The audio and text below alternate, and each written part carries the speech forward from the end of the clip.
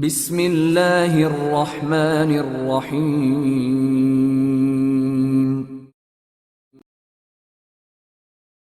Stocks Imran series novel, مصنف مظہر کلیم M اے۔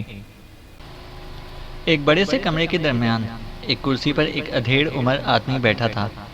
اس کا سر انڈے کی طرح سفید تھا، چھوٹی چھوٹی داڑھی تھی، آنکھوں پر موٹے فریم کی نظر والی اینک تھی۔ اس کے جسم پر سوٹ تھا، لیکن وہ بری طرح مسلا ہوا نظر آ رہا تھا۔ اس کا جسم کرسی کے ساتھ رسیوں سے باندھا ہوا تھا۔ اس آدمی کے چہرے پر شدید پریشانی کے تاثرات نمایاں تھے۔ کمرے میں اس کے علاوہ اور کوئی آدمی موجود نہ تھا۔ وہ آدمی خاموش بیٹھا ہوا تھا۔ یہ ڈاکٹر عالم تھا، پاک ایشیا کا معروف ماہر ارضیات۔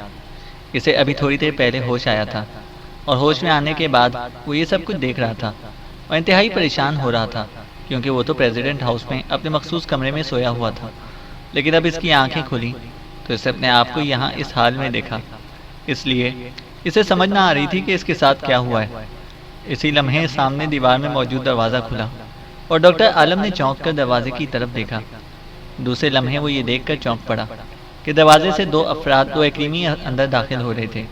ان کے پیچھے دو مقامی افراد تھے، اور ان مقامی افراد کے ہاتھوں میں مشین گنیں تھیں۔ تمہیں ہوش آ گیا ڈاکٹر عالم؟ ایک غیر ملکی نے آگے بڑھ کر مسکراتے ہوئے کہا۔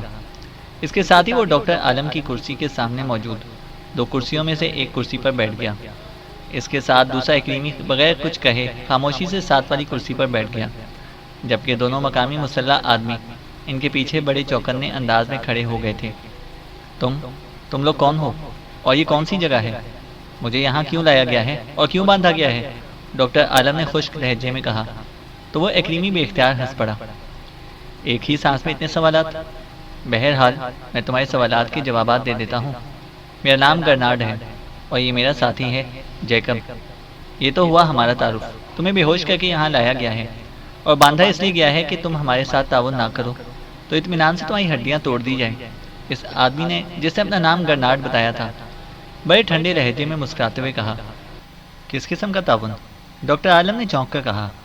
ہمیں معلوم ہے کہ تمہارا تعلق پاک ایشیا سے ہے، اور تم نے یہاں سروے کرنے کے بعد ایک انتہائی قیمتی دھات سولنم کا ایک کافی بڑا ذخیرہ دریافت کیا ہے، اور تمہاری رپورٹ کے بعد حکومت ساتال نے اس دھات کو نکالنے اور اسے صاف کرنے کا معاہدہ حکومت پاک ایشیا سے کر لیا ہے۔ لیکن ہم ایسا نہیں چاہتے۔ یہ دھات ہم خود نکالنا چاہتے ہیں اور خود ہی فروخت کرنا چاہتے ہیں۔ تمہیں اس لیے اغوا کیا گیا ہے تاکہ تم ہمیں اپنی وہ رپورٹ دے دو جو تم نے اس بارے میں تیار کی ہے۔ اگر تم شرافت سے ایسا کرو گے تو زندہ بھی رہو گے اور ٹوٹ پھوٹ سے بھی بچ جاؤ گے، اور تمہیں خاموشی سے پاک ایشیا پہنچا دیا جائے گا، ورنہ دوسری صورت میں رپورٹ تو بہرحال تمہیں ہمارے حوالے ہی کرنی ہوگی۔ لیکن تمہارے جسم میں موجود ہڈیوں کی سلامتی اور تمہاری زندگی کی کوئی گارنٹی نہیں دی جا سکتی، گرنارڈ نے جواب دیتے ہوئے کہا۔ تمہارا تعلق ایکریمین حکومت سے ہے؟ ڈاکٹر عالم نے ہونٹ چباتے ہوئے کہا۔ نہیں، ہمارا تعلق ایک بین الاقوامی خفیہ تنظیم سے ہے، جس کا کام ایسی دھاتوں کی تلاش، انہیں حاصل کرنے اور پھر خود اسے فروخت کرنا ہے، گرنارڈ نے جواب دیا۔ تمہارا تعلق اسٹاک سے تو نہیں ہے؟ ڈاکٹر عالم نے کہا تو اس بار گرنارڈ بے اختیار چونک پڑا۔ تم اسٹاکس کے بارے میں کیسے جانتے ہو؟ گرنارڈ نے حیرت بھرے لہجے میں کہا۔ میں نے اس بارے میں سنا ہوا ہے، کیونکہ میرا تعلق دھاتوں سے ہی ہے، اور تم نے ابھی جو کچھ بتایا ہے یہ کام اسٹاکس کرتی ہے، ڈاکٹر عالم نے جواب دیا۔ ٹھیک ہے، مجھے تسلیم ہے کہ ہمارا تعلق اسٹاکس سے ہے، گرنارڈ نے ایک طویل سانس لیتے ہوئے کہا۔ لیکن جب تمہیں یہ بھی معلوم ہے کہ اس دھات کے نکالنے میں باقاعدہ حکومت ساتال کو نہ صرف رپورٹ مل چکی ہے، بلکہ اسے حکومت پاک ایشیا سے معاہدہ بھی کر لیا ہے، تو ظاہر ہے کہ یہ دھات اب کسی صورت بھی تم بغیر حکومت ساتال کی مرضی کے نہیں نکال سکتے، ڈاکٹر عالم نے منہ بناتے ہوئے کہا۔ حکومت ساتال کو اس کا حصہ چاہیے، وہ اسے مل جائے گا۔ اس کے بعد اسے کیا دلچسپی رہ جاتی ہے کہ یہ دھات پاک ایشیا نکالے یا ایکریمیا یا کوئی اور ملک، گرنارڈ نے جواب دیا۔ تو پھر تمہیں حکومت ساتال سے براہ راست رابطہ کرنا چاہیے تھا، ڈاکٹر عالم نے کہا۔ اس سے ہمارا رابطہ موجود ہے، اور وہیں سے ہمیں علم ہوا ہے کہ تم نے کوئی رپورٹ ابھی تک حکومت ساتال کے حوالے نہیں کی، سب کچھ تم نے اپنے پاس رکھا ہوا ہے۔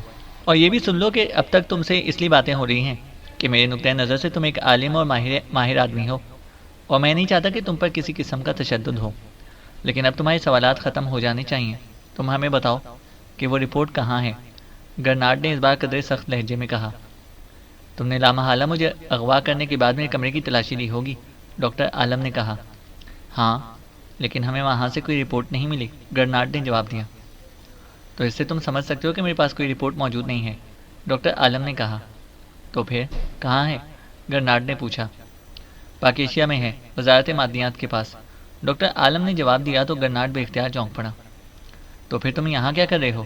گرناٹ نے ہونٹ بھینچتے ہوئے کہا۔ اس کی پیشانی پر شکنوں کی خاصی تعداد ابھر آئی تھی۔ میں تو یہاں اور کام کر رہا ہوں، میں نے صرف یہی ایک دھات دریافت کر کے خاموش تو نہیں ہو جانا تھا۔ میرا تو کام ہی یہی ہے کہ میں اس سلسلے میں مسلسل کوششیں کرتا رہوں، ڈاکٹر عالم نے کہا۔ اور اگر تمہاری وزارت سے یہ رپورٹ نہ ملی تو پھر؟ گرناٹ نے چند لمحے خاموش رہنے کے بعد کہا۔ موجود تو وہیں ہونی چاہیے، تعلق بھی انہی کا بنتا ہے، ڈاکٹر عالم نے کہا۔ اوکے، ہم معلوم کر لیتے ہیں، اس کے بعد تم سے باتیں ہوں گی، گرناٹ نے اٹھتے ہوئے کہا۔ لیکن کیا میں اس وقت تک یہیں پر بند رہوں گا؟ ڈاکٹر عالم نے کہا۔ ہمیں زیادہ وقت نہیں لگے گا، زیادہ سے زیادہ 1 گھنٹے کے اندر اندر معلوم ہو جائے گا، بلکہ وہاں سے رپورٹ فیکس ہو کر یہاں پہنچ جائے گی، گرناٹ نے جواب دیا اور واپس دروازے کی طرف مڑ گیا۔ اس کے ساتھی بھی دروازے کی طرف مڑ گئے اور چند لمحوں بعد وہ سب کمرے سے باہر چلے گئے اور اس کے ساتھ ہی دروازہ بند ہو گیا۔ ڈاکٹر عالم نے ایک طویل سانس لیا، اس کے چہرے پر اب شدید پریشانی کے تاثرات ابھر آئے تھے۔ اب کیا کیا جائے؟ یہ لوگ تو معاف نہیں کریں گے اور میں ان کا مقابلہ نہیں کر سکتا، ڈاکٹر عالم نے بڑبڑاتے ہوئے کہا، اور پھر انہوں نے یکلخت چیخنا شروع کر دیا۔ 2-3 بار چیخنے کے بعد دروازہ ایک بار پھر کھلا اور وہی مقامی آدمی اندر آ گئے جو پہلے ان غیر ملکیوں کے ساتھ آئے تھے۔ کیا بات ہے؟ کیوں چیخ رہے ہو؟ ان میں سے ایک نے انتہائی کرخت لہجے میں کہا۔ مجھے ٹوائلٹ کی شدید حاجت محسوس ہو رہی ہے، مجھے شدید تکلیف ہے، اور اگر میں ٹوائلٹ نہ گیا تو مجھے کچھ بھی ہو سکتا ہے، پلیز مجھے ٹوائلٹ تک لے جاؤ، ڈاکٹر عالم نے اس طرح بھینچے لہجے میں کہا جیسے واقعی انہیں شدید تکلیف محسوس ہو رہی ہو۔ ٹھیک ہے چلو، ان میں سے ایک نے کہا اور آگے بڑھ کر اسے ڈاکٹر عالم کی رسیاں کھولنا شروع کر دیں۔ یہ سن لو، اگر تم نے کوئی شرارت کی تو ایک لمحے میں گردن ٹوٹ جائے گی، دوسرے نے کہا۔ میں نے کیا شرارت کرنی ہے، میں تو اس ٹائپ کا آدمی ہی نہیں ہوں، ڈاکٹر عالم نے جواب دیا، اور رسیاں کھل جانے کے بعد وہ دونوں اسے اپنے گھیرے میں لے کر اس کمرے سے باہر آئے۔ آگے ایک طویل راہداری تھی، راہداری کے اختتام سے پہلے ایک دروازہ تھا۔ یہ ٹوائلٹ ہے، جاؤ، ان میں سے ایک نے دروازہ کھولتے ہوئے کہا۔ شکریہ، ڈاکٹر عالم نے کہا اور تیزی سے اندر داخل ہو گئے۔ انہوں نے دروازہ اندر سے بند کر لیا اور پھر تیزی سے اپنا کوٹ اتارا، اس کی پشت پر ایک چھوٹے سے دھاگے کو کھینچا تو سر کی آواز کے ساتھ ہی وہ جگہ کسی جیب کے منہ کی طرح کھل گئی۔ ڈاکٹر عالم نے اندر ہاتھ ڈالا اور جب ان کا ہاتھ باہر آیا تو ان کے ہاتھ میں ایک مائکرو فلم تھی جسے خصوصی طور پر چپٹے انداز میں بنایا گیا تھا۔ ڈاکٹر عالم کو چونکہ ساتال میں رہتے اور کام کرتے ہوئے کافی عرصہ گزر گیا تھا اور انہیں اسٹاکس کے بارے میں معلومات حاصل تھیں۔ انہیں معلوم تھا کہ پہلے بھی اسٹاکس نے اس طرح کاغذات حاصل کر لیے تھے، اس لیے وہ بے حد محتاط رہتے تھے۔ یہی وجہ تھی کہ انہوں نے کوئی رپورٹ ہی نہ پاکیشیا میں چھوڑی تھی اور نہ ہی حکومت ساتال کے حوالے کی تھی، چونکہ پاکیشیا کے صدر ان کے قریبی عزیز تھے اور ان پر بے حد اعتماد کرتے تھے، اس لیے انہوں نے صدر سے اس رپورٹ کو خفیہ رکھنے کا اجازت لے لی تھی، اور حکومت ساتال نے بھی پاکیشیا کے صدر کی بات پر یقین کرتے ہوئے معاہدہ کر لیا تھا۔ ڈاکٹر عالم نے یہ رپورٹ کمپیوٹر پر خصوصی کوڈ میں تیار کرنے کے بعد اسے مائکرو فلم میں تبدیل کرانا شروع کر لیا تھا۔ اس کے کمرے میں جہاں وہ رہائش پذیر تھے ایسے جدید مائکرو کمپیوٹر موجود تھے جس سے یہ مائکرو فلم لگا کر وہ اس رپورٹ پر مزید کام آسانی سے کر لیتے تھے۔ اس فلم کی حفاظت کے لیے انہوں نے اپنے کوٹ کی پشت پر خفیہ خانہ بھی تیار کرایا ہوا تھا۔ یہی وجہ تھی کہ اسٹاکس کو ان کے کمرے میں رپورٹ نہ مل سکی تھی، اور اب وہ اس فلم کو کسی ایسی محفوظ جگہ پر رکھنا چاہتے تھے جہاں سے سوائے ان کے اور کسی کو نہ مل سکے۔ ٹوائلٹ کو غور سے دیکھنے کے بعد آخرکار انہیں ایک جگہ نظر آ گئی۔ ٹوائلٹ کی دیواروں اور فرش پر ماربل لگا ہوا تھا، لیکن شاید ٹوائلٹ کو بنے ہوئے کافی عرصہ ہو گیا تھا، اس لیے جگہ جگہ سے ماربل پلیٹوں کے کنارے ٹوٹ سے گئے تھے۔ اس طرح کئی جگہوں پر ایسے رکھنے سے بن گئے تھے جن میں یہ فلم آسانی سے چھپائی جا سکتی تھی۔ انہوں نے یہ فلم ایک رخنے میں ڈالی اور پھر اسے انگلی کی مدد سے آگے کو دبایا تو یہ دیکھ کر حیران رہ گئے کہ فلم کافی اندر تک چلی گئی تھی۔ شاید اس رخنے کے عقب میں دیوار میں کوئی سوراخ تھا۔ جب ان کی انگلی نے مزید آگے جانے سے انکار کر دیا تو انہوں نے انگلی نکالی، ایک لمحے کے لیے غور سے اس رخنے کو دیکھا اور پھر مطمئن ہو کر انہوں نے کوٹ پہن لیا اور دروازہ کھول کر باہر آ گئے۔ بے حد شکریہ، لیکن کیا میرا دوبارہ باندھا جانا ضروری ہے؟ ڈاکٹر عالم نے کہا۔ ہاں، حکم یہی ہے اور ہم نے حکم کی تعمیل کرنی ہے، ایک مقامی آدمی نے کہا، اور ڈاکٹر عالم خاموش ہو گئے۔ اس طرح ڈاکٹر عالم کو اسی کمرے میں واپس لا کر ایک بار پھر کرسی پر رسیوں سے بٹھا کر باندھ دیا گیا اور دونوں مقامی افراد کمرے سے باہر چلے گئے اور دروازہ بند ہو گیا۔ ڈاکٹر عالم اب ذہنی طور پر بے حد مطمئن سے ہو گئے تھے۔ اب ان کی تلاشی لینے پر بھی یہ فلم انہیں نہیں مل سکتی تھی۔ ویسے بھی انہیں یقین تھا کہ انہیں اس بات کا تصور بھی نہ ہوگا کہ پروجیکٹ کی رپورٹ کسی مائکرو فلم میں تبدیل کر دی گئی ہوگی، لیکن پھر ایک خیال آتے ہی وہ بے اختیار چونک پڑے۔ اوہ، یہ بات تو میں نے سوچی ہی نہ تھی۔ اگر انہوں نے تشدد کیا تو پھر، ڈاکٹر عالم نے بڑبڑاتے ہوئے کہا۔ اتنی بات تو وہ بھی سمجھتے تھے کہ وہ ان لوگوں کے تشدد کا مقابلہ نہیں کر سکتے۔ ویسے بھی وہ دل کے مریض تھے، ہو سکتا ہے کہ تشدد کی وجہ سے وہ ہلاک ہو جائیں، تو ایسی صورت میں بھی مائکرو فلم تو ضائع ہو جائے گی اور پاکیزہ کا بھی نقصان ہو جائے گا۔ اس لیے اب وہ سوچ رہے تھے کہ انہیں کیا کرنا چاہیے، لیکن کوئی بات ان کی سمجھ میں نہ آ رہی تھی، اور پھر وہ ایسی کوئی ترکیب سوچتے رہے۔ کافی وقت گزر گیا اور دروازہ ایک بار پھر کھلا اور گرناڈ اور اس کا ساتھی اندر آ گئے، لیکن ان دونوں کے چہرے بگڑے ہوئے سے نظر آ رہے تھے۔ ان کے پیچھے وہی دونوں مقامی آدمی تھے۔ تم نے ہمارے ساتھ جھوٹ بولا، وہاں کوئی رپورٹ نہیں ہے، ہم نے تمام معلومات حاصل کر لی ہیں، اور اب تمہیں بتانا پڑے گا کہ رپورٹ کہاں ہے، گرناڈ نے انتہائی درشت لہجے میں کہا۔ یہ کیسے ہو سکتا ہے کہ رپورٹ وہاں موجود نہ ہو؟ تم میری بات کراؤ سیکرٹری مادیات سے، ڈاکٹر عالم نے کہا۔ نہیں، اب کوئی بات نہیں ہو سکتی، اب تمہیں خود ہی سب کچھ بتانا پڑے گا، بولو ورنہ، گرناڈ نے انتہائی بگڑے ہوئے لہجے میں کہا، اور اس کے ساتھ ہی اس نے کوٹ کی اندرونی جیب سے ایک تیز دھار خنجر باہر نکال لیا۔ سنو مسٹر، میں دل کا مریض ہوں، اس لیے اگر تم نے مجھ پر تشدد کیا تو میں ہلاک ہو جاؤں گا، اس لیے تمہاری بہتری اسی میں ہے کہ مجھ پر تشدد نہ کرو۔ تمہیں رپورٹ چاہیے، وہ تمہیں مل جائے گی، یہ میرا وعدہ ہے، ڈاکٹر عالم نے کہا۔ ہم تمہاری لاش سے بھی اگلوا لیں گے، سمجھے؟ بولو کہاں ہے رپورٹ، گرناڈ نے پہلے سے زیادہ بگڑے ہوئے لہجے میں کہا اور تیزی سے آگے بڑھنے لگا۔ میں کہتا ہوں کہ مجھ پر، ڈاکٹر عالم نے کہنا شروع کیا، لیکن دوسرے لمحے گرناڈ کا ہاتھ گھوما اور ڈاکٹر عالم کے حلق سے بے اختیار کربناک چیخ نکل گئی۔ ڈاکٹر عالم کے جسم میں درد کی تیز لہر برق کے کندے کی طرح دوڑتی چلی گئی۔ اس کے ساتھ ہی انہیں محسوس ہوا جیسے ان کا دل یکلخت رک گیا ہو اور ان کے دماغ میں یکلخت اندھیرا سا چھا گیا ہو۔ پھر اندھیرے میں جیسے اچانک کوئی جگنو چمکتا ہے، ایسے ہی ان کے ذہن میں روشنی کا نقطہ نمودار ہوا، اور پھر آہستہ آہستہ یہ روشنی پھیلتی چلی گئی، اور جب یہ روشنی پوری طرح پھیلی تو ڈاکٹر عالم کی آنکھیں کھل گئیں۔ انہوں نے دیکھا کہ وہ ایک آرام دہ بستر پر لیٹے ہوئے تھے، اور ان کے گرد دو ڈاکٹر اور چند نرسیں بھی موجود تھیں، گلوکوز بھی لگا ہوا تھا۔ انہیں ہوش آ گیا ہے، اب یہ خطرے سے باہر رہیں، باس کو اطلاع دو، ایک ڈاکٹر نے اپنے ساتھی سے کہا، اور وہ تیزی سے مڑ گیا۔ میں کہاں ہوں، ڈاکٹر عالم نے کہا۔ آپ ہسپتال میں ہیں، آپ پر دل کا شدید دورہ پڑا تھا، لیکن شکر ہے کہ آپ بچ گئے، ورنہ، اس ڈاکٹر نے مسکراتے ہوئے کہا۔ کس ہسپتال میں ہوں، ڈاکٹر عالم نے پوچھا۔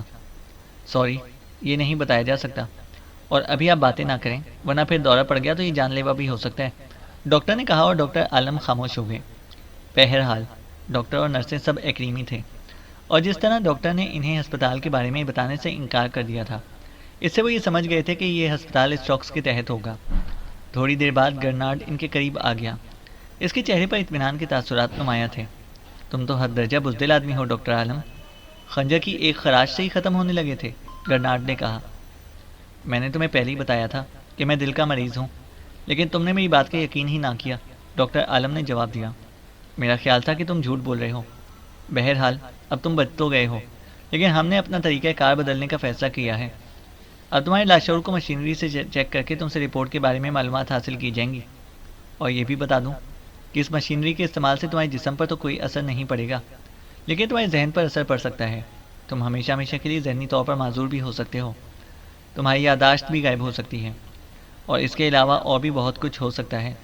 اس لیے تمہاری بہتری اسی میں ہے کہ تم از خود ہمیں سب کچھ بتا دو۔ ہمارا وعدہ ہے کہ تمہیں زندہ سلامت تمہارے ملک پہنچا دیا جائے گا، گرناڈ نے کہا۔ میں نے تمہیں جو کچھ بتایا ہے وہ واقعی درست ہے، میں نے تو تم سے کہا تھا کہ تم میری بات کراؤ، لیکن تم نے خود ہی بات نہیں کرائی، ڈاکٹر عالم نے کہا۔ سوری ڈاکٹر، اب ایسا ممکن نہیں، کیونکہ تمہارے اغوا کی خبر پاکیزہ تک پہنچ چکی ہے، اور ہم نہیں چاہتے کہ کسی بھی ذریعے سے ہمارے اس اڈے کے بارے میں کسی کو معلوم ہو سکے۔ اب تو سب کچھ تمہیں ہی بتانا پڑے گا، گرناڈ نے جواب دیا۔ جب مجھے معلوم ہی نہ ہو تو میں کیا بتاؤں، ڈاکٹر عالم نے جواب دیتے ہوئے کہا۔ ڈاکٹر، یہ کب تک اس قابل ہو جائے گا کہ اس کا لاشعور چیک کیا جا سکے، گرناڈ نے ساتھ کھڑے ہوئے ڈاکٹر سے پوچھا۔ یہ صرف جسمانی تشدد کے قابل نہیں ہے، ورنہ اس کا ذہن تو طاقتور ہے. آپ جب چاہیں ذہنی طور پر اسے پوچھ گچھ کر سکتے ہیں، ڈاکٹر نے جواب دیا. اوکے، پھر سے اسپیشل روم میں بھجواؤ. میں یہ کام فوری طور پر کرنا چاہتا ہوں، گرنارڈ نے کہا اور تیزی سے واپس مڑ گیا. ڈاکٹر نے ڈاکٹر عالم کو اسپیشل روم میں لے جانے کی ہدایت دی اور پھر خود بھی واپس چلا گیا. ڈاکٹر عالم کے اسٹریچر کو دھکیل کر پہلے اس کمرے سے باہر لے کر جایا گیا اور پھر ایک طویل اہدائی سے گزار کر اسٹریچر کو ایک بڑے کمرے میں پہنچا دیا گیا جہاں دیوار کے ساتھ ایک قد آدم مشین موجود تھی. گرنارڈ وہاں موجود تھا. اس کے ساتھ ہی 3 آدمی موجود تھے جنہوں نے سفید کوٹ پہنے ہوئے تھے. جیسے اسٹریچر وہاں پہنچا، ایک آدمی نے جلدی سے مشین کی سائڈ پر لٹکا ہوا شفاف شیشے کا کینٹوپ اٹھا کر ڈاکٹر عالم کے سر اور گردن کے گرد چڑھایا اور پھر اسے بند کر دیا. پھر وہ اپنے دوسرے ساتھیوں کے ساتھ مشین کو آپریٹ کرنے میں مصروف ہو گیا. ڈاکٹر عالم خاموش لیٹے ہوئے تھے. وہ ذہنی طور پر اس لیے مطمئن تھے کہ جب وہ خود کچھ نہ بتائیں گے تو مشین ان سے کیا حاصل کر سکتی ہے. لیکن پھر اچانک انہیں محسوس ہوا کہ ان کے ذہن میں ہلکی سی سرسراہٹ ہونے لگی ہے، بالکل ایسے جیسے دماغ کے اندر کوئی کیڑا آہستہ آہستہ حرکت کر رہا ہو. انہیں انتہائی بے چینی سی محسوس ہونے لگی. لیکن چونکہ ان کا جسم اسٹریچر کے ساتھ کلپ کر دیا گیا تھا، اس لیے وہ معمولی سی حرکت بھی نہ کر سکتے تھے. پروجیکٹ کی رپورٹ کہیں؟ اچانک ڈاکٹر عالم کے کانوں میں گرنارڈ کی آواز سنائی دی. اس کے ساتھ ہی اس کے ذہن میں موجود سرسراہٹ یکلخت تیز ہو گئی. رپورٹ باتھ روم میں ہے. ڈاکٹر عالم نے اپنی ہی آواز خود سنی. حالانکہ وہ شعوری طور پر بول نہ رہے تھے، لیکن شاید ان کی زبان خود بخود حرکت میں آ گئی تھی. کس باتھ روم میں؟ گرنارڈ نے پوچھا. جس کمرے میں مجھے باندھا گیا تھا وہاں سے باہر راہداری میں ایک باتھ روم ہے. رپورٹ اسی باتھ روم میں ہے. ڈاکٹر عالم کو اپنی آواز سنائی دی. یہ رپورٹ وہاں کیسے پہنچ گئی؟ تم تو بندھے ہوئے تھے. گرنارڈ کی حیرت بھری آواز سنائی دی. میں نے پیٹ درد کا بہانہ کیا تھا اور مجھے باتھ روم لے جایا گیا، ڈاکٹر عالم نے جواب دیا. باتھ روم میں کہاں ہے یہ رپورٹ؟ گرنارڈ نے پوچھا. باتھ روم کی مغربی دیوار کے ایک رخنے میں، ڈاکٹر عالم نے جواب دیا. رخنے میں رپورٹ کیسے ہو سکتی ہے؟ اتنی بڑی رپورٹ کیسے ایک رخنے میں چھپ سکتی ہے؟ گرنارڈ نے کہا. رپورٹ کو مائکرو فلم میں تبدیل کیا گیا تھا. وہ فلم اس رخنے میں ہے، ڈاکٹر عالم نے کہا. اور اس کے ساتھ ہی ڈاکٹر عالم کے ذہن کو ایک جھٹکا سا لگا اور اس کے ساتھ ہی ذہن پر تاریک چادر سی پھیلتی چلی گئی اور حواس ان کا ساتھ چھوڑتے چلے گئے. عمران سلطان کے آفس سے سیدھا دانش منزل پہنچا. کوئی رپورٹ آئی ہے صدیقی کی طرف سے؟ عمران نے آپریشن روم میں داخل ہوتے ہی استقبال کے لیے اٹھ کر کھڑے ہوتے ہوئے بلیک زیرو سے پوچھا. جی ہاں، صدیقی نے رپورٹ دیا کہ ساتال کے دونوں افسر سفارت خانے پہنچنے کے فوراً بعد ایک خصوصی چارٹرڈ طیارے کے ذریعے واپس ساتال چلے گئے ہیں. انہوں نے سفارت خانے سے باہر کوئی فون نہیں کیا، بلیک زیرو نے جواب دیتے ہوئے کہا. ٹھیک ہے، ذرا وہ ایڈریسز والی ڈائری دکھانا، عمران نے کرسی پر بیٹھے ہوئے کہا. تو بلیک زیرو نے میز کی دراز کھولی اور ایک سرخ جلد والی ضخیم سی ڈائری نکال کر اس نے عمران کے سامنے میز پر رکھ دی. عمران کافی دیر تک اس کی ورک گردانی کرتا رہا، پھر اس نے ڈائری بند کر کے واپس میز پر رکھی اور ریسیور اٹھا کر اس نے تیزی سے نمبر ڈائل کرنا شروع کر دیا. یس، فرسٹ کرائس ایجنسی. رابطہ قائم ہوتے ہی دوسری طرف سے ایک بھاری سی آواز سنائی دی. پاکیشیا سے علی عمران بول رہا ہوں، اسپیشل 101 ممبر. عمران نے جواب دیا. یس سر. دوسری طرف سے بولنے والے کا لہجہ مؤدبانہ ہو گیا. آپ کی ایجنسی میں معدنیات کے سلسلے میں کوئی خصوصی شعبہ ہے؟ عمران نے کہا. یس سر، منرل کا علیحدہ شعبہ ہے جسے ایم سیکشن کہا جاتا ہے، دوسری طرف سے کہا گیا. اس کے انچارج سے بات کراؤ، عمران نے کہا. ہولڈ آن کریں، دوسری طرف سے کہا گیا. ہیلو، شیلا بول رہی ہوں، انچارج ایم سیکشن. چند لمحوں بعد خاموشی کے بعد ایک نسوانی آواز سنائی دی. میرا نام علی عمران ہے اور میں اسپیشل 101 ممبر ہوں، عمران نے کہا. یس سر، مجھے بتایا گیا ہے آپ پاکیشیا سے بول رہے ہیں، دوسری طرف سے کہا گیا. ہاں، آپ کے شعبے میں اسٹاکس نامی تنظیم کے بارے میں معلومات موجود ہیں، عمران نے کہا. کیا یہ تنظیم معدنیات کے شعبے میں کام کرتی ہے؟ دوسری طرف سے کہا گیا. ہاں، لیکن آپ تو اس شعبے کی انچارج ہیں، آپ کو تو ویسے بھی ایسے ناموں کا علم ہونا چاہیے، عمران نے منہ بناتے ہوئے کہا. مجھے اس شعبے کی انچارج بنے ابھی ایک ہی ہفتہ ہوا ہے جناب، اس لیے آئی ایم سوری کہ میں زبانی طور پر آپ کو کچھ بھی نہیں بتا سکتی. مجھے کمپیوٹر پر چیک کرنا ہوگا، دوسری طرف سے معذرت بھرے لہجے میں کہا گیا. ٹھیک ہے، چیک کر کے بتائیں، میں ہولڈ کر رہا ہوں، عمران نے کہا. ہیلو سر، کیا آپ لائن پر ہیں؟ تھوڑی دیر بعد ہی شیلا کی آواز سنائی دی. یس، عمران نے جواب دیا. اسٹاکس کے بارے میں ہمارے پاس معلومات موجود ہیں. یہ معلومات کہاں بھجوائی جائیں؟ شیلا نے کہا. آپ موٹی موٹی باتیں فون پر ہی بتا دیں، عمران نے کہا. اسٹاکس بین الاقوامی تنظیم ہے، ایکریمیا کی سرپرستی سے حاصل ہے۔ کہا جاتا ہے کہ ایکریمیا کی غیر سرکاری تنظیم ہے، اس میں کافی شعبے ہیں، لیکن ہمارے پاس اس کے سائنسی شعبے کے بارے میں معلومات موجود ہیں۔ اس شعبے کو اسٹاکس میں بھی ایس سیکشن کہا جاتا ہے۔ ایس سیکشن کا ہیڈ کوارٹر ایکریمیا میں ہی ہے، لیکن اس بارے میں معلومات موجود نہیں ہیں۔ اس سیکشن کا کام سائنسی فارمولے چوری کرنا، ایکریمیا کے مخالف ملکوں کی سائنسی لیبارٹریاں ٹریس کر کے ختم کرنا۔ اور شیلا نے بولنا شروع کر دیا۔ قطع کلامی کے لیے معذرت، کیا اس سائنسی سیکشن کا کوئی ایسا مزید سیکشن بھی ہے جو صرف مادیات کو ڈیل کرتا ہو؟ عمران نے اس کی بات کاٹتے ہوئے کہا۔ جی ہاں، ایک چھوٹا سا شعبہ موجود ہے۔ معلومات کے مطابق اس شعبے کی تمام تر کارکردگی افریقی ممالک میں ہے۔ اس شعبے کی سربراہ ایک خاتون ہے جس کا نام میڈم ٹاکسی بتایا جاتا ہے۔ میڈم ٹاکسی خود بھی مادیات کی ماہر ہے۔ اس سیکشن کو ٹاکسی سیکشن کہا جاتا ہے۔ اس کے ہیڈ کوارٹر کے متعلق معلوم ہوا ہے کہ جنوب مغربی افریقہ سے ملحقہ سمندر جنوبی بحر اوقیانوس میں ایک نامعلوم جزیرہ ہورنگ میں ہے۔ ہورنگ کے بارے میں قطعاً کوئی معلومات موجود نہیں ہیں، شیلا نے جواب دیتے ہوئے کہا۔ کیا یہ بات حتمی ہے کہ ان کا ہیڈ کوارٹر ہورنگ میں ہی ہے؟ عمران نے کہا۔ جی ہاں، یہ بات حتمی ہے، لیکن ہورنگ کون سا جزیرہ ہے اس بارے میں معلوم نہیں ہو سکا۔ البتہ یہ معلوم ہے کہ یہ جزیرہ جنوبی بحر اوقیانوس میں واقع ہے، شیلا نے جواب دیا۔ کیا آپ کی ایجنسی کی کوئی شاخ جنوب مغربی افریقی ملک ساتال میں بھی ہے؟ عمران نے پوچھا۔ اس کے لیے آپ کو اسپیشل سیکشن کے انچارج سے بات کرنا ہوگی، مجھے تو معلوم نہیں ہے۔ آپ کہیں تو میں ان سے بات کرا دوں آپ کی، شیلا نے کہا۔ ہاں ضرور، اور اس کے لیے خصوصی شکریہ، عمران نے کافی دیر بعد پہلی بار مسکراتے ہوئے کہا۔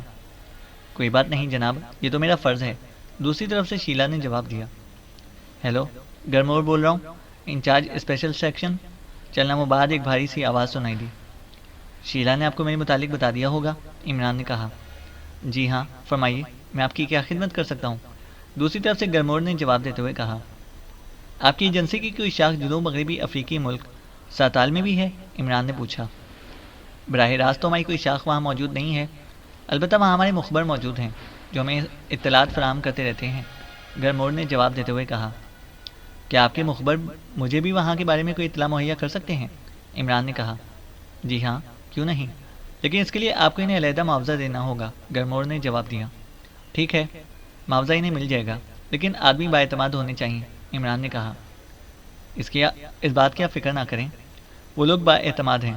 جو معاوضہ طے ہو آپ انہیں براہ راست بھجوا دیں، البتہ آپ کی ضمانت ہماری ایجنسی دے دے گی، گرمور نے جواب دیا۔ ٹھیک ہے، عمران نے جواب دیا۔ تو نوٹ کریں، ساتال میں ہمارا سب سے بااعتماد اور تیز مخبر وہاں کے ایک کلب کا مینیجر ہے جس کا نام ناڈس ہے۔ کلب کا نام بھی ناڈس کلب ہے۔ یہ وہاں کا مشہور جرائم پیشہ آدمی ہے، لیکن اس کے تعلقات ساتال کے تمام سرکاری اور فوجی محکموں سے بھی ہیں۔ میں اس کا فون نمبر آپ کو بتا دیتا ہوں، آپ نصف گھنٹے کے بعد اسے فون کر لیں، میں اس دوران اسے بریف کر دوں گا، وہ آپ سے مکمل تعاون کرے گا۔ آپ اسے ہماری تنظیم کا حوالہ دے کر اپنا کام بتا دیں، گرمور نے جواب دیا، اور اس کے ساتھ ہی اس نے ایک فون نمبر بھی بتا دیا۔ کیا یہ کلب ساتال کے دارالحکومت میں ہے؟ عمران نے پوچھا۔ جی ہاں، ساتال کے دارالحکومت کارس میں یہ کلب ہے، اور وہاں کا مشہور کلب ہے، گرمور نے جواب دیا۔ اوکے، بے حد شکریہ، عمران نے کہا اور ہاتھ بڑھا کر اس نے کیڈل دبا دیا۔ چلنا وہ بعد اسے کیڈل سے ہاتھ ہٹایا اور ایک بار پھر نمبر ڈائل کرنا شروع کر دیے۔ یس، انکوائری پلیز، رابطہ قائم ہوتے ہی انکوائری آپریٹر کی آواز سنائی دی۔ جنوب مغربی افریقی ملک ساتال کے دارالحکومت کارس فون کرنا چاہتا ہوں، رابطہ نمبر بتا دیں، عمران نے کہا۔ جی بہتر، ہولڈ آن کریں، دوسری طرف سے کہا گیا، اور پھر چند لمحوں بعد آپریٹر نے سپاک ایشیا سے ساتال کا رابطہ نمبر اور پھر دارالحکومت کارس کا نمبر بتا دیا۔ عمران نے آپریٹر کا شکریہ ادا کیا اور ریسیور رکھ دیا۔ کیا کوئی کیس شروع ہو گیا ہے؟ بلیک زیرو نے جو اس دوران خاموش بیٹھا ہوا تھا، عمران کے ریسیور رکھتے ہی اس سے مخاطب ہو کر پوچھا۔ ہاں، عمران نے جواب دیا، اور پھر سر سلطان کے فون آنے سے لے کر یہاں دانش منزل تک پہنچنے تک کی ساری کارروائی اور گفتگو اس نے بتا دی۔ اوہ، یہ تو واقعی انتہائی اہم مشن ہے، لیکن ڈاکٹر عالم تو ان کے قبضے میں ہے، کاغذات بھی انہیں مل گئے ہوں گے۔ ایسی صورت میں آپ وہاں جا کر کیا کریں گے؟ کیا وہ کاغذات حاصل کریں گے؟ بلیک زیرو نے انتہائی سنجیدہ لہجے میں کہا۔ میرا آئیڈیا ہے کہ وہ ڈاکٹر عالم کو لازماً زندہ رکھیں گے، کیونکہ اس پروجیکٹ کے بارے میں جو کچھ ڈاکٹر عالم جانتا ہے اور کوئی نہیں جانتا، اور ایسے ماہرین میں ایک خامی ہوتی ہے کہ وہ اپنے پروجیکٹس کو اس وقت تک خفیہ رکھنے کی کوشش کرتے ہیں جب تک وہ پروجیکٹ مکمل نہ ہو جائے۔ یہی خامی ڈاکٹر عالم میں ہے۔ اس کی تحقیقاتی رپورٹ کی کوئی کاپی حکومت پاک ایشیا کے پاس نہیں ہے۔ اس کے باوجود دونوں حکومتوں نے اس پروجیکٹ کے سلسلے میں معاہدے بھی کر لیے۔ اس سے دو باتیں ثابت ہوتی ہیں۔ ایک تو یہ کہ ڈاکٹر عالم اس مضمون پر اتھارٹی کی حیثیت رکھتا ہے کہ اس کی رپورٹ پر ساتال حکومت نے بھی آنکھیں بند کر کے اعتماد کر لیا، اور حکومت پاک ایشیا نے بھی، اور ڈاکٹر عالم خود اگر اس بارے میں اس قدر محتاط ہو سکتا ہے کہ اپنی حکومت پر بھی اس نے اپنے پروجیکٹ کے بارے میں اعتماد نہیں کیا، تو لامحالہ اس نے اس پروجیکٹ کی تمام تفصیلات کو کاغذ پر بھی منتقل نہ کیا ہوگا۔ کافی تفصیلات اس کے ذہن میں بھی چھپی ہوئی ہوں گی۔ عمران نے تفصیل سے بات کرتے ہوئے کہا۔ ہاں، ایسا ممکن ہے۔ پھر تو ڈاکٹر عالم کو بھی ساتھ برآمد کرنا ہوگا، لیکن یہ بھی تو ہو سکتا ہے کہ وہ اسے ہلاک کر دیں اور اپنے ماہرین سے اس تفصیلات کو مکمل کریں، یا ان کے ماہرین تمام تفصیلات زبردستی حاصل کر کے اسے ہلاک کر دیں، بلیک زیرو نے کہا۔ ہونے کو تو بہت کچھ ہو سکتا ہے، دیکھو ہوتا کیا ہے، کوشش تو بہرحال کرنی ہے، کیونکہ حکومت پاک ایشیا کا مفاد اس پروجیکٹ میں موجود ہے، اور چونکہ اسے دریافت بھی پاک ایشیا کے ماہر نے کیا ہے، اس لیے پاک ایشیا کا یہ حق بنتا ہے کہ وہ اس سے بین الاقوامی اصولوں کے تحت فائدہ اٹھائے۔ عمران نے جواب دیا، اور بلیک زیرو نے اسبات میں سر ہلا دیا۔ عمران نے سامنے دیوار پر لگے ہوئے کلاک میں وقت دیکھا، اور ایک بار پھر ریسیور اٹھا کر اسے نمبر ڈائل کرنا شروع کر دیے۔ ناڈس کلب، ایک کرخت سی آواز سنائی دی۔ پاک ایشیا سے علی عمران بول رہا ہوں، مینیجر ناڈس سے بات کرائیں، عمران نے انتہائی سنجیدہ لہجے میں کہا۔ پاک ایشیا سے؟ اتنی دور سے؟ اچھا، ہولڈ آن کریں۔ دوسری طرف سے بولنے والے کے لہجے میں حیرت تھی۔ ہیلو، ناڈس بول رہا ہوں۔ چند لمحوں بعد ایک کرخت اور چیختی ہوئی آواز سنائی دی۔ یوں لگ رہا تھا کہ جیسے بولنے والے کو اونچی آواز میں بولنے کی عادت ہو۔ میں پاک ایشیا سے علی عمران بول رہا ہوں، فرسٹ کرائس ایجنسی کے اسپیشل سیکشن کے چیف گرمور نے آپ سے میرے متعلق بات کی ہوگی، عمران نے کہا۔ اوہ ٹھیک ہے، مجھے آپ ہی کی کال کا انتظار تھا، فرمائیے میں آپ کی کیا خدمت کر سکتا ہوں۔ اس بار ناڈس کا لہجہ خاصا نرم تھا۔ ساتال میں پاک ایشیا کے ماہر ارضیات ڈاکٹر عالم پریزیڈنٹ ہاؤس میں مہمان تھے۔ انہیں انتہائی پراسرار انداز میں وہاں سے اغوا کر لیا گیا ہے۔ حکومت ساتال کا خیال ہے کہ ایسا ایک تنظیم اسٹاکس نے کیا ہے۔ اس کے پاس انتہائی اہم سرکاری کاغذات تھے۔ کیا آپ اس سلسلے میں معلومات حاصل کر سکتے ہیں؟ لیکن یہ معلومات حتمی ہونا چاہیے، عمران نے کہا۔ جی ہاں، بالکل کر سکتا ہوں، اور پورے ساتال میں صرف میں ہی ناڈس یہ کام کر سکتا ہوں۔ معلومات بھی حتمی ہوں گی، لیکن معاوضہ میں اپنی مرضی کا لوں گا، دوسری طرف سے کہا گیا۔ معاوضہ آپ کو آپ کی مرضی کا دیا جائے گا، لیکن یہ معلومات ہمیں چند گھنٹوں میں چاہیے، عمران نے کہا۔ صرف 1 گھنٹے کے اندر اندر آپ کو حتمی معلومات مل جائیں گی۔ معاوضہ $1,00,000 ہوگا، ناڈس نے جواب دیا۔ ٹھیک ہے، مل جائے گا، عمران نے جواب دیا۔ اوکے، آپ 1 گھنٹے بعد فون کریں، دوسری طرف سے کہا گیا، اور عمران نے اوکے کہہ کر ریسیور رکھ دیا۔ اس کے ساتھ ہی عمران اٹھا اور لائبریری کی طرف بڑھ گیا۔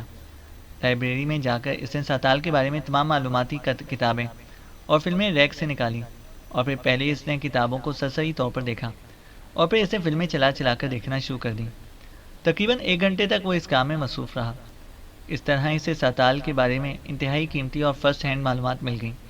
پھر وہ اٹھا اور واپس آپریشن روم میں پہنچا۔ اس نے ایک بار پھر ریسیور اٹھا کر اور تیزی سے نمبر ڈائل کرنا شروع کر دیا۔ ناڈس کلب، رابطہ قائم ہوتے ہی آواز سنائی دی۔ پاک ایشیا سے علی عمران بول رہا ہوں، مینیجر سے بات کراؤ، عمران نے کہا۔ یس سر، ہولڈ آن کریں، دوسری طرف سے کہا گیا۔ ہیلو، ناڈس بول رہا ہوں۔ چند لمحوں بعد ناڈس کی آواز سنائی دی۔ علی عمران بول رہا ہوں، پاک ایشیا سے۔ کیا رپورٹ ہے؟ عمران نے کہا۔ جناب، میں آپ کی کال کا ہی منتظر تھا، میں نے اپنی توقع سے بھی زیادہ معلومات حاصل کر لی ہیں۔ پاک ایشیا کے ماہر ارضیات ڈاکٹر عالم رضا کو واقعی اسٹاکس نے اغوا کیا ہے، اور اس اغوا میں پریزیڈنٹ ہاؤس کے ملٹری سیکرٹری کا ہاتھ ہے۔ وہ اسٹاکس کا آدمی ہے، یہاں اسٹاکس کا انچارج گرنارڈ ہے۔ وہ اسے اغوا کر کے اپنے خفیہ ہیڈ کوارٹر میں لے گیا۔ وہاں ڈاکٹر عالم سے کاغذات حاصل کرنے کے لیے اس پر تشدد کیا گیا، لیکن ڈاکٹر عالم دل کا مریض تھا۔ اس پر تشدد کی وجہ سے وہ مرتے مرتے بچا، تو اس کے دماغ سے مشینوں کے ذریعے معلومات حاصل کر لی گئی، اور وہ رپورٹ جو اس نے ایک باتھ روم کے رکھنے میں چھپا دی تھی حاصل کر لی گئی۔ اس کے بعد ڈاکٹر عالم کو ساتال سے ان کاغذات سمیت شفٹ کر دیا گیا ہے۔ یہی معلوم ہوا ہے کہ اس اسٹاکس کے ہیڈ کوارٹر ایکیمیا پہنچا دیا گیا ہے، ناڈس نے تفصیل بتاتے ہوئے کہا۔ کیا ڈاکٹر عالم کو زندہ ہیڈ کوارٹر بھجوا دیا گیا ہے یا اسے ہلاک کر دیا گیا ہے؟ عمران نے پوچھا۔ انہیں زندہ ہی بھجوایا گیا ہے، کیونکہ جو کاغذات اس سے ملے ہیں وہ ادھورے ہیں، اور ڈاکٹر عالم کے ذہن پر جو مشین چلائی گئی تھی اس کی وجہ سے اس کا ذہن خراب ہو گیا ہے۔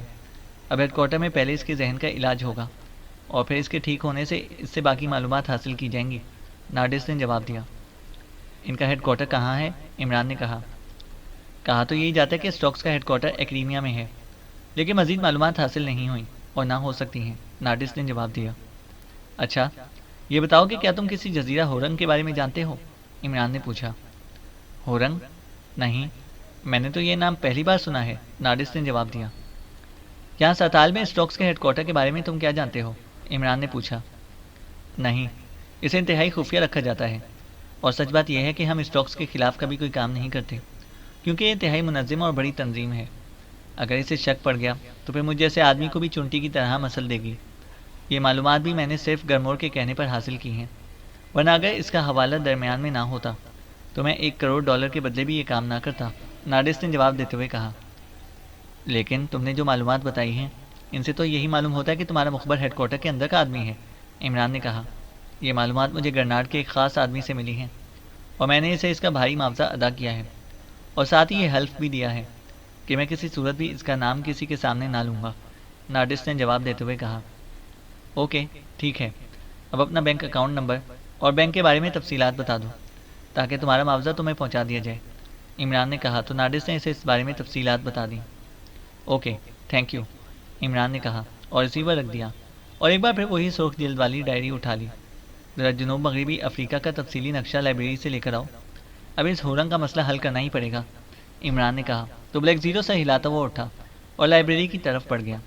عمران اس دوران اس ڈائری کی ورگردانی کرتا رہا، پھر اسے ڈائری بند کر کے رکھی اور ایک بار پھر ریسیور اٹھا لیا اور نمبر ڈائل کرنا شروع کر دیا۔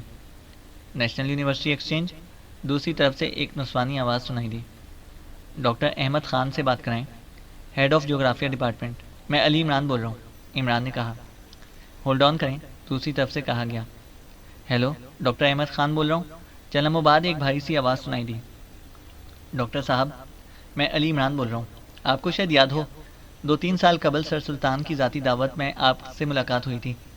میرے ڈیڈی سینٹرل انٹیلیجنس کے ڈائریکٹر جنرل ہیں، اور اس موضوع پر بھی کافی دیر تک ہماری گفتگو ہوئی تھی، عمران نے کہا۔ اوہ، ہاں، مجھے یاد آ گیا ہے، آپ بےحد شگفتہ مزاج نوجوان تھے، اور آپ نے اس سنجیدہ ترین محفل کو بھی اپنی باتوں سے زعفران زار بنا دیا تھا۔ یس، مجھے یاد آ گیا، فرمائیے، کیسے یاد کیا ہے؟ ڈاکٹر احمد خان کی مسکراتی ہوئی آواز سنائی دی۔ میں پاک ایشیا کے ایک سرکاری ادارے سے وابستہ ہوں۔ جنوب مغربی افریقہ کے ساتھ جنوبی بحر اوقیانوس میں کوئی جزیرہ ہے جسے ہورنگ کہا جاتا ہے، لیکن اس نام کا نقشے پر کوئی جزیرہ موجود نہیں ہے۔ ہو سکتا ہے کہ یہ اس کا مقامی یا قدیم نام ہو اور اب تبدیل کر دیا گیا ہو۔ کیا آپ اس بارے میں کوئی رہنمائی کر سکتے ہیں؟ عمران نے کہا۔ اوہ، سوری عمران صاحب، اس سلسلے میں میری معلومات نہ ہونے کے برابر ہیں۔ میں بھی زیادہ سے زیادہ نقشے کو دیکھ کر ہی بات کر سکتا ہوں۔ اس علاقے پر میں نے کبھی کوئی خصوصی ریسرچ نہیں کی، اور نہ ہی اس کی کبھی ضرورت پڑی۔ البتہ کارمن کی انٹرنیشنل یونیورسٹی کے شعبہ جغرافیہ کے سربراہ ہیں، ڈاکٹر پیرا اسمتھ۔ انہوں نے جنوبی مغربی افریقہ پر خصوصی ریسرچ کی ہوئی ہے، اور اس سلسلے میں انہوں نے ایک بڑی معلوماتی کتاب بھی لکھی ہے۔ وہ میرے استاد بھی رہے ہیں، اور اب بھی ان سے اکثر فون پر میری ملاقات ہوتی رہتی ہے۔ آپ انہیں فون کر کے میرا حوالہ دے دیں، وہ یقیناً اس بارے میں آپ کی مدد کریں گے، دوسری طرف سے ڈاکٹر احمد خان نے جواب دیا۔ بے حد شکریہ جناب، خدا حافظ، عمران نے کہا اور ریسیور رکھ دیا۔ بلیک زیرو اس دوران نقشہ لے آیا۔ عمران نے نقشہ کھولا اور اس پر جھک گیا۔ جنوبی بحر اوقیانوس میں تقریباً 50 کے قریب چھوٹے بڑے جزیرے نقشے دکھائی دیتے تھے، لیکن ان میں سے کسی کا نام بھی ہورنگ نہیں تھا، اور نہ ہی اس سے ملتا جلتا کوئی نام تھا۔ عمران کافی دیر تک نقشے کو دیکھتا رہا، پھر اسے نقشہ بند کر دیا اور ریسیور اٹھا کر انکوائری ڈائل کرنا شروع کر دیے۔ انکوائری پلیز، ایک آواز سنائی دی۔ انٹرنیشنل یونیورسٹی کے شعبہ جغرافیہ کا نمبر چاہیے، عمران نے سنجیدہ لہجے میں کہا، اور دوسری طرف سے فوراً ہی نمبر بتا دیا گیا۔ عمران نے کیڈل دبایا اور پھر ہاتھ اٹھا کر ایک بار پھر نمبر ڈائل کرنا شروع کر دیے۔ یس، جغرافی ڈپارٹمنٹ، رابطہ قائم ہوتے ہی ایک نسوانی آواز سنائی دی۔ میں پاک ایشیا سے بول رہا ہوں، پاک ایشیا کی national university doctor Ahmed Khan کے حوالے سے ڈاکٹر پیرا اسمتھ سے بات کرنا چاہتا ہوں، عمران نے کہا۔ ہولڈ آن کریں پلیز، دوسری طرف سے کہا گیا۔ ہیلو، میں ڈاکٹر اسمتھ بول رہا ہوں۔ چند لمحوں بعد ایک باوقار سی آواز سنائی دی، لیکن لہجے سے صاف محسوس ہو رہا تھا کہ بولنے والا خاصا عمر رسیدہ آدمی ہے۔ میرا نام علی عمران ہے، اور میں پاک ایشیا سے بول رہا ہوں۔ پاک ایشیا کی نیشنل یونیورسٹی کے شعبہ جغرافیہ کے سربراہ ڈاکٹر احمد خان نے آپ کا حوالہ دیا ہے، عمران نے اپنا تعارف کراتے ہوئے کہا۔ جی، مجھے بتا دیا گیا ہے، فرمائیے، ڈاکٹر پیرا اسمتھ نے اسی طرح باوقار لہجے میں کہا، ڈاکٹر صاحب، جنوب مغربی افریقہ سے ملحقہ جنوبی بحر اوقیانوس میں ایک جزیرہ جس کا نام ہورنگ بتایا جاتا ہے، لیکن نقشے میں اس کا نام کا کوئی جزیرہ موجود نہیں ہے۔ میں یہ پوچھنا چاہتا ہوں کہ ہورنگ جزیرہ کس جزیرے کو کہا جاتا ہے؟ کیا یہ کسی جزیرے کا قدیم نام ہے یا تبدیل شدہ نام ہے؟ عمران نے کہا، ہورنگ جزیرہ واقعی اس علاقے میں موجود ہے، لیکن یہ نام انتہائی قدیم ناموں میں سے ہے۔ آج کل اس جزیرے کو ہوماٹا کہا جاتا ہے، لیکن دلچسپ بات یہ ہے کہ ہوماٹا جزیرے کو بھی نقشے پر ظاہر نہیں کیا گیا، اور اس کی وجہ ایکریمیا کی وہاں کوئی خفیہ چھاونی بتائی جاتی ہے۔ البتہ آج سے 70 سال پہلے جو نقشے شائع ہوئے تھے، ان میں ہورنگ اور ہوماٹا دونوں کے نام دیے گئے تھے۔ میں نے اس سارے علاقے پر تفصیلی تحقیقات کی ہیں، اس لیے مجھے اس بارے میں علم ہے، ڈاکٹر پیرا اسمتھ نے جواب دیتے ہوئے کہا۔ جن نقشوں کا آپ ذکر کر رہے ہیں، یہ نقشے کس کی طرف سے جاری کیے گئے تھے؟ عمران نے پوچھا۔ سر لارنس پارڈل انتہائی مشہور جغرافیہ دان گزرے ہیں، انہوں نے ان جزیروں پر تحقیقاتی کتاب شائع کی ہے۔ اس کتاب کا نام اسپیشل جغرافیکل انکوائری ہے۔ اس کتاب میں یہ نقشے موجود ہیں، ڈاکٹر پیرا اسمتھ نے جواب دیا۔ اوکے جناب، آپ کا بے حد شکریہ، عمران نے کہا، اور اس کے ساتھ ہی اس نے ریسیور رکھ دیا۔ یہ کتاب ہماری لائبریری میں موجود ہے، میں نے اسے سرسری طور پر دیکھا تھا، لیکن کبھی تفصیل سے پڑھنے کا موقع نہ ملا، عمران نے کہا اور اٹھ کر لائبریری کی طرف بڑھ گیا۔ تھوڑی دیر بعد وہ واپس آیا تو اس کے ہاتھ میں ایک کتاب موجود تھی۔ اس نے کتاب کھولی اور اس میں سے ایک طے شدہ نقشے کو کھول کر سامنے رکھ لیا۔ تھوڑی دیر بعد اس نے نقشے پر ایک جگہ پینسل سے نشان لگایا اور پھر بلیک زیرو کے لائے ہوئے موجود نقشے کو دیکھنے لگا، لیکن وہاں اس جزیرے کا وجود ہی نہ تھا۔ عمران غور سے موجودہ نقشے کو دیکھتا رہا، پھر اس نے اندازے سے ایک جگہ پینسل سے گول نشان لگایا۔ ہورنگ جزیرہ یہاں ہونا چاہیے، عمران نے کہا۔ میرا خیال ہے کہ اس کا صحیح میل وقوع معلوم کرنا بہت ضروری ہے، بلیک زیرو نے کہا۔ معلوم ہو جائے گا، بہرحال یہ بات تو سامنے آ گئی ہے کہ اس جزیرے کا نام موجود ہے اور تقریباً اسی مقام پر موجود ہے، اور یہ بات بھی معلوم ہو گئی ہے کہ ڈاکٹر عالم رضا اور ان کی رپورٹ کو اس جزیرے میں پہنچایا گیا ہے، اور ابھی اسٹاکس والے ان سے اتنا معلوم نہیں کر سکے کہ اس سے فائدہ اٹھا کر وہ حکومت ساتال سے کوئی معاہدہ کر سکیں۔ اس لیے اب یہ گنجائش نکل آئی ہے کہ اس جزیرے سے ڈاکٹر عالم رضا کو ان کی رپورٹ سمیت واپس لایا جائے، عمران نے ایک طویل سانس لیتے ہوئے کہا۔ تو بلیک زیرو نے اس بات میں سر ہلا دیا۔ لیکن عمران صاحب، یہ جزیرہ ایک بین الاقوامی تنظیم کا ہیڈ کوارٹر بھی ہے، اور اس تنظیم کو ایکریمیا کی سرپرستی اس حد تک حاصل ہے کہ اسے عالمی نقشوں پر بھی ظاہر نہیں ہونے دیا گیا، اس لیے وہاں سے ڈاکٹر عالم رضا کی برآمدگی کے لیے خاصی جدوجہد کرنا پڑے گی، بلیک زیرو نے کہا۔ یہ شیر کی کچھار میں داخل ہونے والی بات ہے، بہرحال ایسا کرنا تو ہوگا، عمران نے جواب دیا، اور اس کے ساتھ ہی اس نے فون کا ریسیور اٹھا لیا اور نمبر ڈائل کرنا شروع کر دیا۔ جولیا بول رہی ہوں؟ دوسری طرف سے تھوڑی دیر تک گھنٹی بجنے کے آواز کے بعد ریسیور اٹھائے جانے اور پھر جولیا کی آواز سنائی دی۔ X2، عمران نے مخصوص لہجے میں کہا۔ یس سر، جولیا کا لہجہ یکلخت مؤدبانہ ہو گیا۔ تنویر، صفدر، کیپٹن شکیل اور صالحہ کو 1 گھنٹے بعد اپنے فلیٹ میں کال کر لو، میں نے عمران کو ضروری ہدایات دے دی ہیں، ایک انتہائی اہم مشن درپیش ہے، عمران تمہیں لیڈ کرے گا اور بریف بھی وہی کرے گا، عمران نے X2 کے مخصوص لہجے میں کہا۔ کوئی فورن مشن ہے یا اندرون ملک سر؟ جولیا نے پوچھا۔ فورن، عمران نے مختصر سے جواب دیا، اور ریسیور رکھ کر وہ کرسی سے اٹھ کھڑا ہوا۔ آپ نے 1 گھنٹے کا وقت دیا ہے اور آپ ابھی سے جا رہے ہیں؟ بلیک زیرو نے حیران ہو کر کہا۔